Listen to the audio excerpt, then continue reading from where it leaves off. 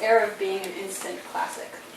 Like you feel like you have at once have never heard it and also have heard it a million times. Like it's your well-known friend in a really good way.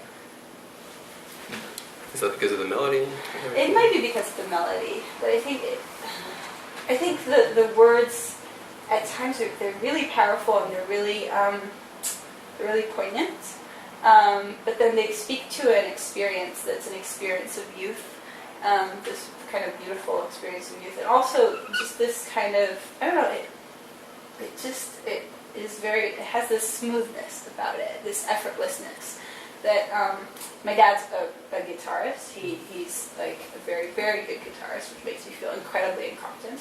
And he always says that to be a master at something or to be a virtuoso at something is to make something seem like it was really easy to do. Mm-hmm. And that song feels like it's really easy, and I know that it's not.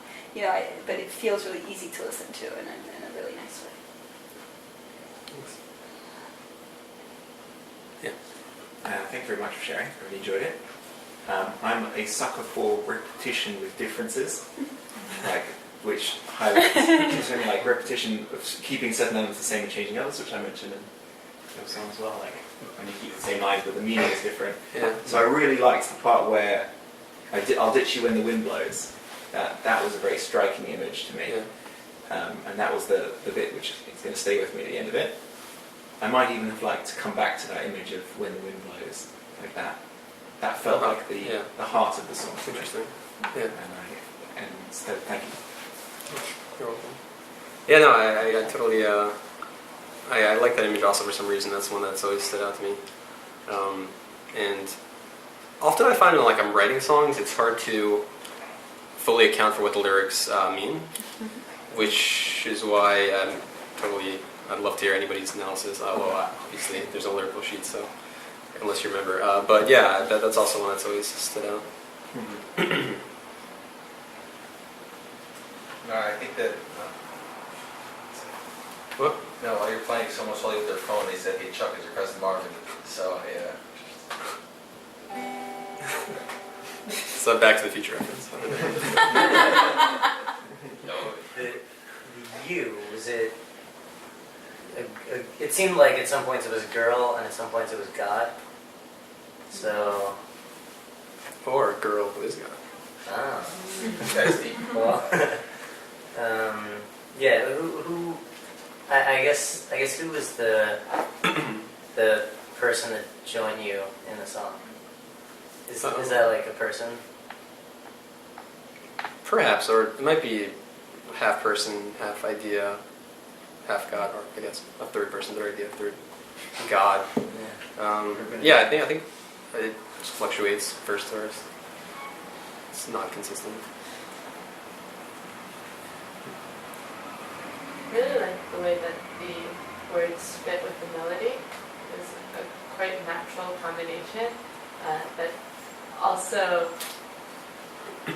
there's a particular in the da-da, where it just all of those words where the accent was on the second to last syllable. But I just thought The poet it was really great.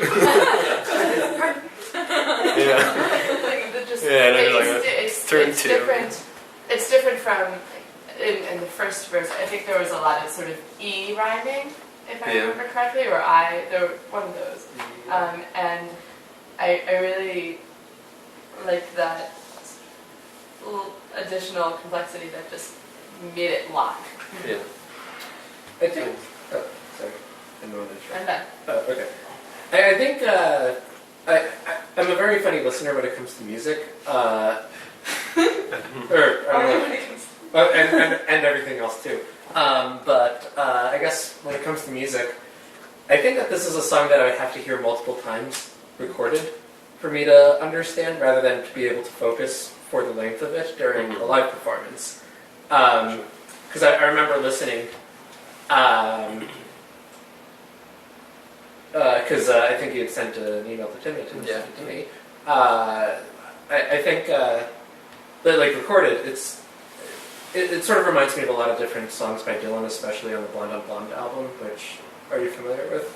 Yes, I've heard it. Okay, so, yeah, because not everybody knows, but Yeah. I had a feeling you knew. So, like, a lot of the songs, like, they'll be like 9 minutes, 13 minutes long, or Yeah. not 13 minutes, 12, 11. Sad I And it's a lot of images that's kind of exhausting at a certain point to listen to, and you sort of have to pick up on certain images each time you listen to Right. it, and then talk about it online with other Dylan fans. Yeah. It's I've a been very there. it's a very bold thing for a musician to do, to like write an epic kind of song like that, or a song that lasts more than 4 minutes. But I was just sort of thinking about that. There was a question in there. I'll come back to it. Good question. Maybe we should plug the blog. This guy has a blog analyzing Dylan songs. Oh, seriously? It's been defunct for a while, but yeah, Tumblr.com. yeah, we used to drive around, me and Ben, listening to Dylan, analyzing it. Blonde on Blonde was one of our favorites. You could say it's an inspiration, yeah. So I was onto something. Yeah.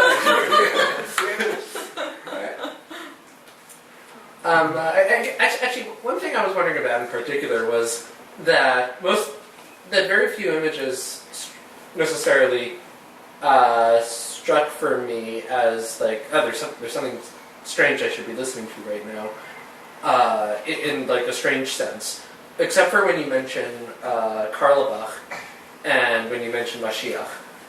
And I think that this is something that I've always been sensitive to as someone who's a musician, who's Jewish, who's a musician, but is not a Jewish musician per se. That I've always been scared of using any words that are Hebrew or specifically referencing Jews or Judaism seriously. Was there any trepidation for you in that regard, or are you comfortable with this being labeled Jewish music? No, there was no trepidation at all. I'm not sure. Yeah, I think I'm very comfortable with it being labeled Jewish music.